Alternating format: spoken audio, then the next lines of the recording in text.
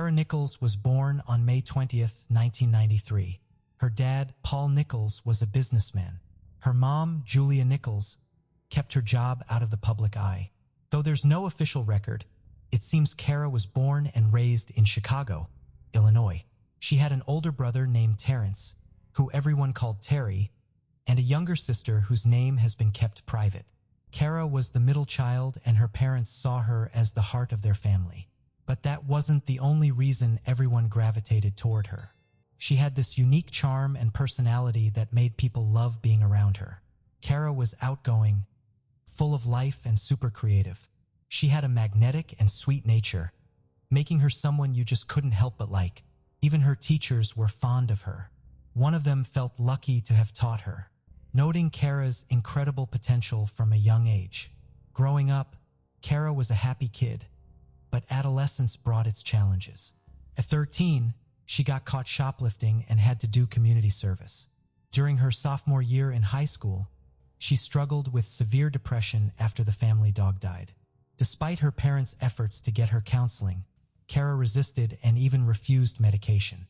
The exact cause of her emotional struggle remains unclear, whether it was due to lack of professional support or some unspoken traumatic event.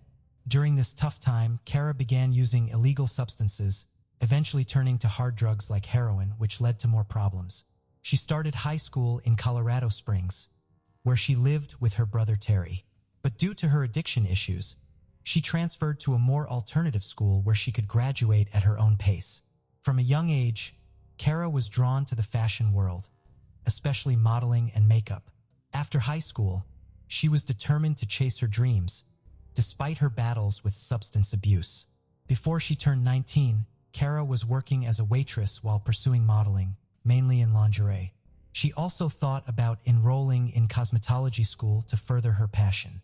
Without prior connections in the modeling world, uploaded her photo portfolio to a social network-like platform for photographers and models. On her profile, Kara described herself as responsible and passionate about modeling. She was new to the scene, but took her work very seriously. Her mother, Julia, said modeling was like an escape for Kara, almost as if she took on another identity while doing it. In 2012, around her 19th birthday, Kara faced a setback. Her substance use led her to quit her waitress job, losing her main income source. That summer, she returned to her family home in Chicago, Illinois.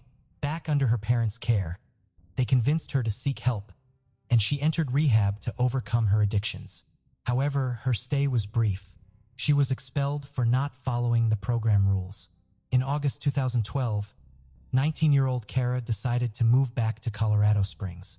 She made friends with other local girls and kept daily contact with her older brother, Terry. On October 9, 2012, at 11:45 p.m., Terry got a call from Kara, who said she was heading to Denver for a modeling job. That was the last time anyone heard from her. After that call vanished. 2 days later, on October 11th, after trying to reach her without success, Terry visited her rented room to check on her, which was unusual since he hadn't heard from her for a while. Kara's roommates, Jeremy Swope and Archie Escobedo, told him she had left for Denver on the night of October 9th. Later, her parents, Paul and Julia, came to Colorado to search for her. They found her makeup box, phone charger, and $300 in cash in her room, which was alarming as these items were precious to Kara, hinting she might be in trouble. However, it wasn't until October 14th that the family reported Kara missing to the authorities. Paul informed the sheriff's office about her history of substance abuse and recent rehab stint. According to Paul, the police didn't take the disappearance seriously, barely making an effort to announce it in local news, and suggested the family was overreacting since Kara was an adult and didn't need to check in daily.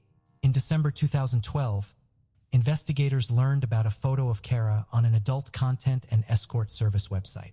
An anonymous tipster also claimed to have seen her in Las Vegas. Yet, after thorough digital tracking, detectives concluded that Kara wasn't connected to the escort ad. Her photo had been used without her involvement. The case's investigation progressed slowly in the months following her disappearance. Things changed when Detective Tammy Tadlock took over the case on February 4th, 2013. By then, There were two more missing young models who had been seeking work on the same website Kara used to post her photos and portfolio. The then president of the National Coalition Against Violence and Exploitation of Women linked the site to at least 13 disappearances of young women who used the platform. The website issued a statement denying any wrongdoing, emphasizing their priority was to protect aspiring models and teach them how to spot scams. In the same year, Detective Tammy found an ad on a website for sexual services dated October 9, 2012, featuring a photo of Kara in lingerie. This discovery opened new leads, revealing that only a few of Kara's friends knew she also worked as an escort. One of these friends who met Kara at a party a year earlier and whose identity remained confidential shared that they both struggled with substance addiction and bonded over their time in rehab in 2012. This friend disclosed that Kara was never fully sober, regularly using small doses of heroin to stave off withdrawal symptoms, which helped her function daily. The friend also admitted to accompanying Kara to her escort appointments and confirmed that Kara financed her drug use with the money earned from these encounters. The case's renewed activity led to several calls to the authorities with potential leads. One call suggested shifting the investigation to Long Island, New York, but the law enforcement team found no evidence of Kara being there or involved in any sex trafficking network. On May 7, 2013, after accessing Kara's cell phone records, Detective Tammy's office left a voicemail for one of the last numbers contacted before Kara disappeared. The next day, Joel Hollendorfer, born November 19, 1975, and with a lengthy criminal record starting in the 1990s, returned the call. He had no known siblings and a history of theft, motor vehicle offenses, and harassment. Joel, who was 6 feet tall and weighed 194 pounds, had been married to Christina, with whom he had 2 children. His marriage was strained due to his drug addiction and frequent hiring of escorts. Joel's connection to Kara's disappearance seemed clear from the phone records, but his subsequent statement to Detective Tammy complicated the investigation. Joel confirmed owning the phone number in 2012 and said he spoke with a girl using a pseudonym that night. He claimed they texted and called for hours but never agreed on a meeting place, so he never met her in person.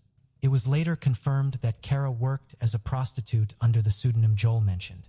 Detective Tammy pursued this lead, uncovering that Joel had listed his address in a place owned by his parents, John and Betty.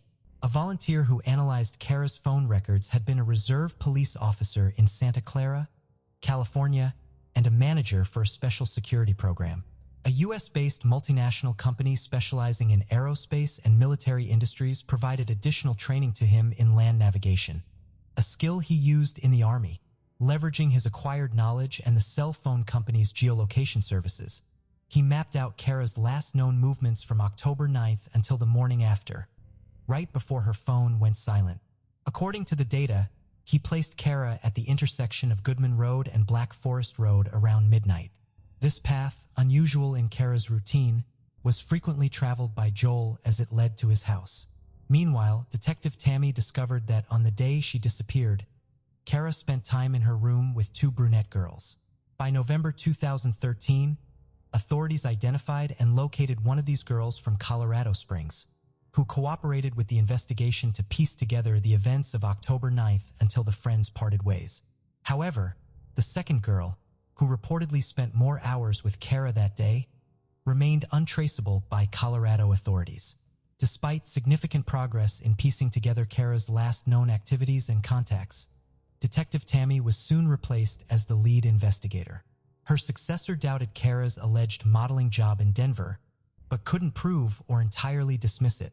More leads on Kara's whereabouts surfaced, yet none pointed in the right direction, with many suspected to be false, possibly meant to disrupt the search effort. Furthermore, new posts on the escort website featuring Kara's photos appeared, some dated months after her disappearance. Police analysis confirmed Kara had no connection with these ads. For months, the police traveled across various U.S. cities and states following the scant leads from their investigation, but to no avail. However, Detective Tammy's efforts finally bore fruit on October 2, 2014, over a year after first contacting Joel.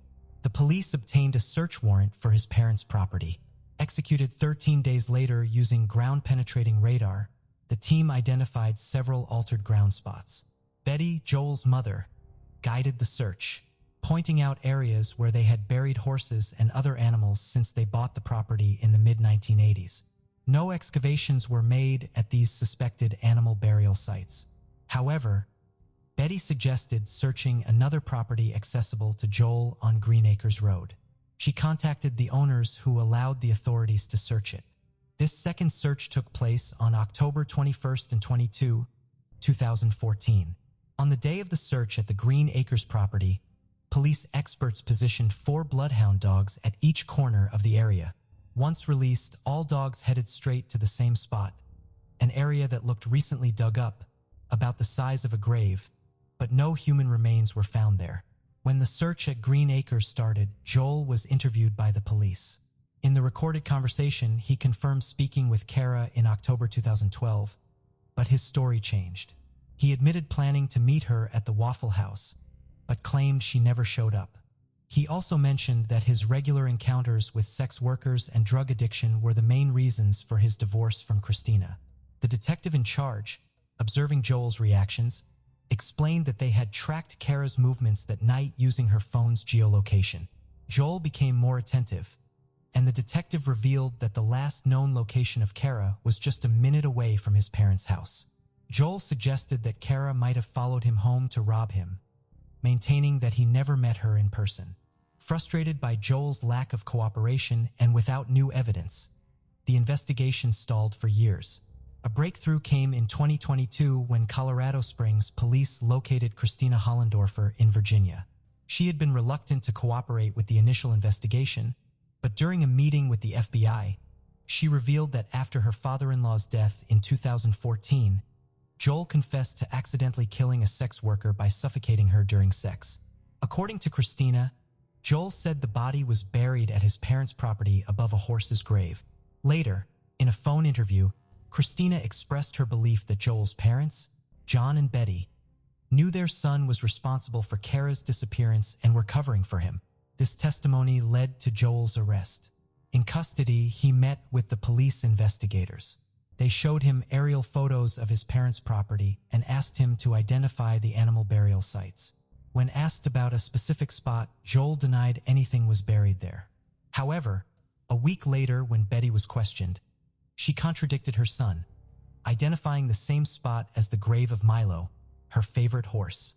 Authorities quickly mobilized to uncover the mystery behind Kara's disappearance. A team of volunteers and FBI agents began a new search on the property, focusing on the area where Betty's horse was believed to be buried. Less than 3 feet underground, they found human remains, which were carefully extracted and sent to forensic experts for identification. It was later confirmed the remains were Kara's. The autopsy report noted significant damage to her brain, liver, and muscle tissues, suggesting a possible heroin overdose. However, due to the body's advanced decomposition, the exact cause of death couldn't be determined. So the authorities relied on Christina's earlier statement for the official report. Joel was immediately arrested on charges of second-degree murder and tampering with physical evidence. His bail was set at over $1 million. At a preliminary hearing on November 27, 2022, his defense lawyer argued that Kara's death was an accidental result of a consensual sexual encounter involving drug use, claiming Joel hid the body out of fear without intending her death. The prosecution countered this by stating that Kara had used up her remaining drugs hours before meeting Joel, making a drug overdose as the cause of death unlikely. They argued that Joel had killed her. The case judge concluded there was sufficient evidence to proceed to trial, ordering Joel to remain in custody without bail. The arraignment faced delays due to the defense's stalling tactics, aiming to buy time for Joel before the trial started. In January, when the first meeting between the prosecution and defense was scheduled, the defense lawyer chose not to make any statement. A month later, she pleaded not guilty on Joel's behalf, requesting a trial start date of June 12, 2023. In May, during a meeting discussing jury selection and media coverage, Joel's legal team objected to live social media broadcasts, arguing it could affect the trial's fairness. The defense also sought to dismiss the evidence tampering charge, citing the time elapsed since the incident. Finally, on June 10, 2023, over a decade after Kara's disappearance, the trial began. The prosecution made a striking start by displaying Kara's high school graduation photo, followed by images of the garbage bags where her remains were found. The prosecutor focused on Joel's actions, urging the jury not to scrutinize Kara's behavior. The defense attorney acknowledged Joel's involvement in Kara's death, but emphasized it was an accident, as per his ex-wife's statement. The trial featured 14 witnesses, including Kara's roommates, her family, her ex-boyfriend, and others who had contacted Kara for escort services, all claiming they never met her in person. Detective Tammy also testified, providing a detailed account of her investigation, followed by Christina, Joel's ex-partner. Christina delved deeper into their relationship during her testimony, especially highlighting Joel's 2014 confession. She described their marriage as unstable, marked by separations and reunions until they divorced in 2012. However, they reunited 2 years later. After Joel's father suddenly passed away, Joel took Christina in his truck to a gas station near his family's farm, where he confessed to killing Kara and mentioned he had disclosed the incident to his father, feeling he owed him an explanation after authorities searched the family property.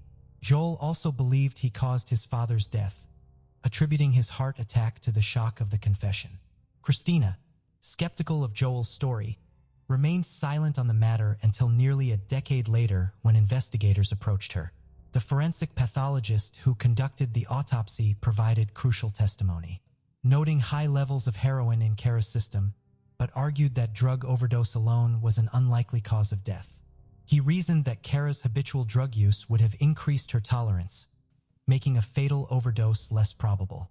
However, he also noted that her heroin-affected state could have prevented her from breathing properly, not fully dismissing the defense's theory, but maintaining a neutral stance, allowing both sides to leverage his testimony to support their arguments.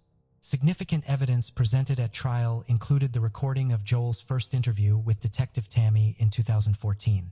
After a lunch break, the prosecution called various crime scene experts who had been part of the initial search at the property where Kara's body was found, including volunteer geologists who explained the use of specialized equipment in 2014 to detect human remains, noting that while anomalies were found on the property, they could not confirm the presence of human remains at that time. In their closing arguments, the prosecution proposed that Joel, fueled by anger from being spurned by his ex-wife, sought out Kara for a paid sexual encounter. They suggested that his rage escalated during the meeting, leading him to strangle her to death. In the final stretch of the trial, the prosecution laid out evidence of Joel's repeated attempts to call his ex-wife on the day he met Kara, just hours before their encounter. The prosecutor challenged the notion that Joel's actions were merely reactions to an overdose death, suggesting instead that they aligned more with an intentional killing. The defense admitted Joel's actions were wrong, but argued there was no concrete proof of his intent to kill. The defense's closing argument hinged on the lack of evidence to dispute the claim that Kara's death was accidental. 12 days into the trial, after nearly 5 hours of jury deliberation, Joel was found guilty of manslaughter, significantly reducing his potential sentence. Kara's mother, Julia, presented a heartfelt testimony that echoed the family's deep disappointment and shock at the verdict, feeling the jury failed to grasp the crime's severity. The judge, bound by the jury's decision, noted that Joel's prior convictions would be considered aggravating factors, potentially extending his prison time. On August 31, 2023, Joel was sentenced to 24 years in prison. This sentence left Kara's family and friends deeply disappointed, feeling the defense had unfairly blamed the victim. Kara's loved ones vowed to attend every parole hearing to ensure Joel serves his full sentence, publicly opposing any future parole. While Julia appreciated the judge considering the aggravating factors, she found the 24-year sentence too lenient, given the crime's gravity in the time Joel hid her 19-year-old daughter's body. The family also criticized the media's portrayal of Kara, arguing that instead of remembering her as the vibrant and kind person she was depicted as just another sex worker and addict. They emphasized that her profession did not justify her murder and the subsequent concealment of her body, which caused immense pain to her loved ones. Thanks for diving into another mystery with us. If you enjoyed unraveling the clues and chasing the truth, don't forget to hit that subscribe button and give us a thumbs up. Your support helps us bring you more thrilling cases and deep dives into the unknown.